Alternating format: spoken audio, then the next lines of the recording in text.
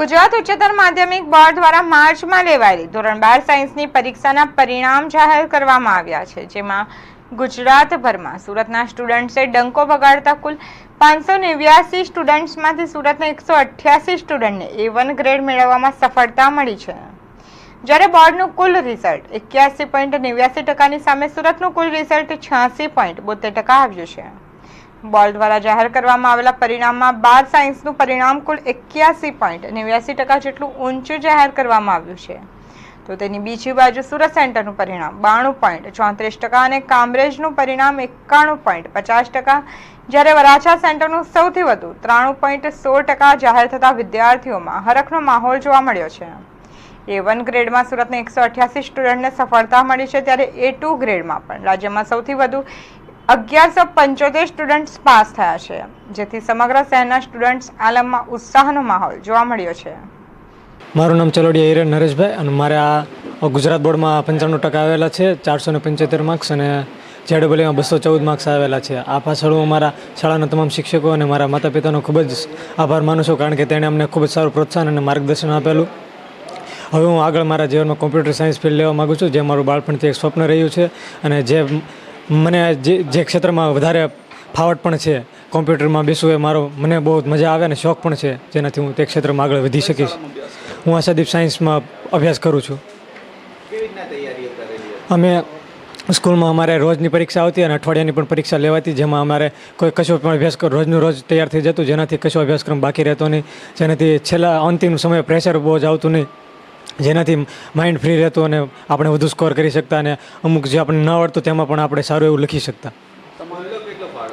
અમારે શાળાનો તો આમાં ખૂબ જ ફાળો છે, જ્યાં કેમ કહી શકાય કે અમે અમારો સંપૂર્ણ દિવસ શાળામાં જ વિતાવ્યો છે, કારણ કે સવારે 7 વાગે આવી જતા અને સાંજે 5 વાગે છૂટ્યા પછી પણ અમે એક્સ્ટ્રા સર પાસે શીખતા, જે અમને ન આવડતું ઘરે જઈને પણ અમે ખૂબ જ 4 થી 5 કલાક રિવિઝન કરતા, જેના પરિણામે અમે સારી માર્ક્સ મેળવી શકીએ છીએ। મારું નામ મહેશભાઈ શાણી, પ્રિન્સિપાલ આશાદીપ વિદ્યાલય સાયન્સ વિભાગ। આજે 12 સાયન્સનું જે પરિણામ આવ્યું એ સમગ્ર ગુજરાતમાં જે પરિણામ છે તેમાં સુરતને ગૌરવ લેવા જેવું પરિણામ છે। સમગ્ર ગુજરાતમાં 589 A1 ગ્રેડ, એમાં સુરત 188 A1 ગ્રેડ સાથે ટોપ પોઝિશન ઉપર છે, જે ખૂબ ગૌરવની બાબત છે। આ પરિણામની અંદર અમારી શાળામાંથી 31 વિદ્યાર્થીઓ A1 ગ્રેડ પ્રાપ્ત કર્યો છે અને શાળાનું પરિણામ 100% પરિણામ છે, એક પણ વિદ્યાર્થી શાળામાં નપાસ થયો નથી, એ ખૂબ ગૌરવ અનુભવીએ છીએ આ પરિણામ પ્રાપ્ત કરીને। શાળામાં દરરોજ અમે એક ડેલી ટેસ્ટનો એક પ્રોગ્રામ ચલાવીએ છીએ, જેમાં વિદ્યાર્થી દરરોજ તૈયાર કરે એની ખાસ તકેદારી રાખીએ છીએ અને એના પેપરો ચેક કરીને રિટર્ન કરીએ ત્યારે જે કચાશો દેખાણી હોય તે એનામાં મોડિફિકેશન આવે છે કે નહીં તે સુધારો કરવા માટે સતત પ્રયત્નશીલ રહીએ છીએ। એમને કોઈ પણ સબ્જેક્ટમાં એક્સ્ટ્રા ડિફિકલ્ટી હોય તો શાળા છૂટ્યા બાદ એમને એક્સ્ટ્રા રોકીને એ ડિફિકલ્ટી એને પર્સનલી સોલ્વ કરાવીએ છીએ, જેને કારણે અમને આ એક જબરદસ્ત પરિણામ મળ્યું છે અને કદાચ સંસ્થા 31 A1 ગ્રેડ સાથે સુરતમાં ટોપ પોઝિશન ઉપર હશે એવી અમને અપેક્ષા છે। ખાસ અમારે વોરા ભૂપેન કરીને સ્ટુડન્ટ છે, જેમણે 489 માર્ક્સ 500માંથી પ્રાપ્ત કર્યા છે અને અમારી શાળામાં ટોપ પોઝિશન ઉપર છે। સેકન્ડ પોઝિશન ઉપર અમારી શાળાનો એક વિદ્યાર્થી સવાણી કૃષિક 476 માર્ક્સ સાથે દ્વિતીય ક્રમ પ્રાપ્ત કર્યો છે અને તૃતીય નંબર ઉપર 2 વિદ્યાર્થી છે, રાણા ઋત્વિક અને ચલોડિયા હિરેન, જે 475 માર્ક્સ સાથે તૃતીય ક્રમ પ્રાપ્ત કરેલ છે। મારું નામ વોરા ભૂપેન વિપુલભાઈ છે, આશાદીપ સાયન્સ એન્ડ કોમર્સ ભવનમાં। મારા 95.80% આવ્યા છે અને 99.99% રેન્ક આવ્યા છે। તમારી સફળતાની પાછળ કોનો ફાળો? બસ બધા શિક્ષકો અને મારા વાલી મિત્રો, ખૂબ જ તમારા ઘરની મા બાપની મહેનત અને શાળાના શિક્ષકોની? બસ શાળાના શિક્ષકો ખૂબ જ કોઓપરેટિવ છે અને ખૂબ જ સારી મહેનત કરે છે, બધા જ કોઈ પણ નાનામાં નાની ક્વેરી ગમે તે સમયે સોલ્વ કરાવે છે। કયા પ્રકારની તૈયારીઓ કરવામાં આવતી હતી? અહીંયા પરીક્ષાના મહિનાની વાર હોય તે પહેલાં રાઉન્ડ ટેસ્ટ શરૂ થઈ જતા અને એની રેગ્યુલર તૈયારી કરાવવામાં આવતી। મારું નામ વિપુલભાઈ રામજીભાઈ વોરા ભૂપેનના પપ્પા છું હું, જે અત્યારે શાળામાં ફર્સ્ટ નંબરે 96% આશાદીપ સાયન્સ ભવન, એમાં 95.80% લાવ્યો છે અને રેન્ક 99.99 લાવ્યો છે, જેનું ખૂબ જ પ્રાઉડ અનુભવું છું, ખુશી અનુભવું છું અમને। અને આ રિઝલ્ટનું પરિણામ ખરેખર એક જ છે કે એમણે રાત દિવસ ખૂબ જ મહેનત કરી છે। શિક્ષકો પણ જાગૃત એટલા બધા હતા કે રોજે એમનું ટેલી કરતા કે આ ઘરે ગયા પછી પણ શું મહેનત કરે છે એમ, અને એ જ રીતે એમના મમ્મી પણ હું તો ધંધામાં બને ત્યાં સુધી આપણે બીજી હોય પુરુષો, પણ સ્ત્રીનો ખાસ ફાળો એમની મમ્મીનો જ છે કે ઘરનું વાતાવરણ કેવું રાખવું. તો એ ઘરનું વાતાવરણ સારામાં સારું પોઝિટિવ રાખતી, જેથી કરીને ભૂપેનને ટોર્ચર ના થાય અને ડિસ્ટર્બ ના થાય, જેથી કરીને આ રિઝલ્ટ એમને આજે મળ્યું છે. હું વોરા ભૂપેનની મમ્મી છું. આશાદીપ સ્કૂલમાં મારો બાબો ભણે છે, સાયન્સ ભવનમાં, અને હું હાઉસવાઈફ છું. મારો બાબો 99.99% રેન્ક લાવ્યો છે અને 95.80% લાવ્યો છે. હું ખૂબ જ ખુશ છું, કેમ કે એની પાછળ મહેનત અમે બંને જણા એટલી જ કરેલી છે, એના મમ્મી પપ્પાએ અમે.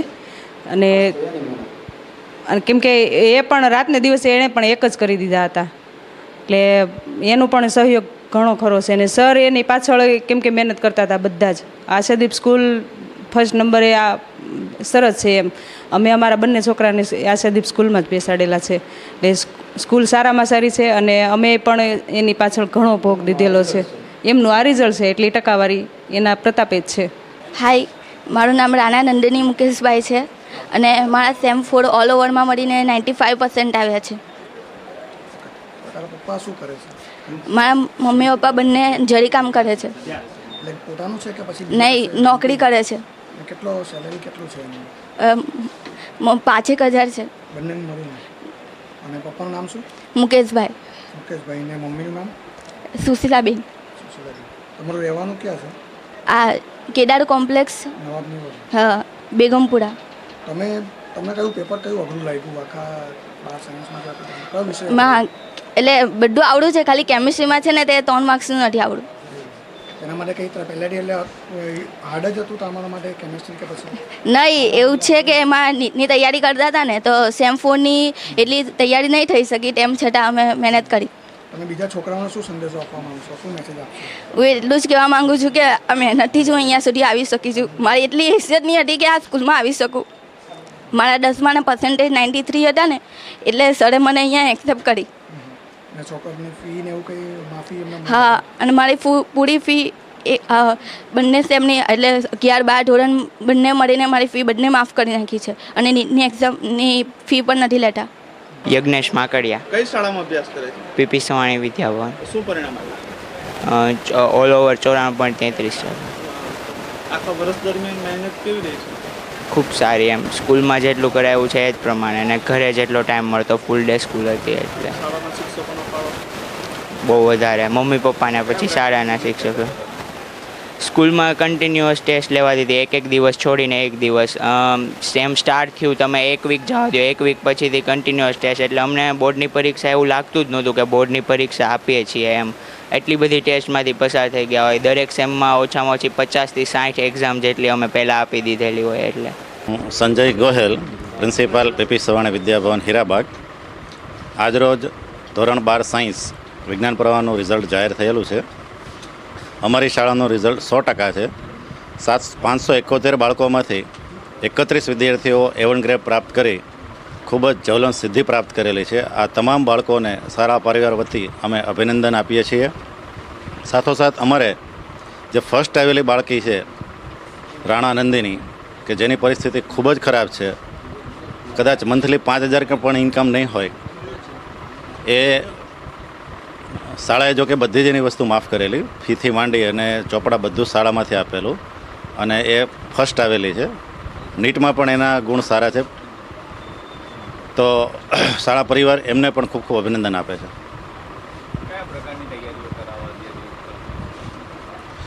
તૈયારીમાં અમારું મુખ્ય અત્યારે અમારી ટેસ્ટ હોય છે કે ડેલી ટેસ્ટ લેવાતી જ હોય છે બાળકોની સતત. એટલે બાળકો સતત ટેસ્ટ માટે તૈયારી કરતા રહે છે અને એના કારણે અમારું આ રિઝલ્ટ ખૂબ જ સરસ આવે છે. રોહિતભાઈ Jasani, JMB group of school.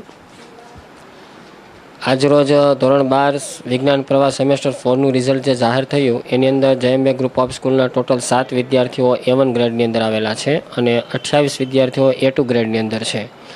આ તમામ વિદ્યાર્થીઓ એવા વિદ્યાર્થીઓ કે ધોરણ 10ની અંદર જે 70થી 75% રેન્જવાળા જે વિદ્યાર્થીઓ હતા, એ વિદ્યાર્થીઓએ સ્કૂલ દ્વારા, શિક્ષકો દ્વારા જે મહેનત કરાવી, અત્યારે 90થી 95% સુધી અપમાં છોકરાઓ ગયા. એ બદલ હું તમામ વિદ્યાર્થીઓના વાલીશ્રી, તમામ વિદ્યાર્થીઓને તથા સ્કૂલના શિક્ષક સ્ટાફને પણ હાર્દિક શુભકામના પાઠવું છું. છોકરાઓ સામાન્ય રીતે વિદ્યાર્થીઓ સવારના 7 વાગ્યાથી લઈ સતત એ લોકો મહેનત એવી કરતા કે જે વિદ્યાર્થીઓને એક શિક્ષક અને એક વિદ્યાર્થી આ બંને વચ્ચેનો સંબંધ એક મિત્રની જેમ શાળાની અંદર રાખવામાં આવે કે જેથી કરીને વિદ્યાર્થીઓ તમામ ક્વેરીનું સોલ્યુશન તાત્કાલિક મેળવી અને વિદ્યાર્થીઓના પરિણામમાં સતત સુધારો કરવા માટે શિક્ષક સતત પ્રયત્નશીલ રહેતા હતા.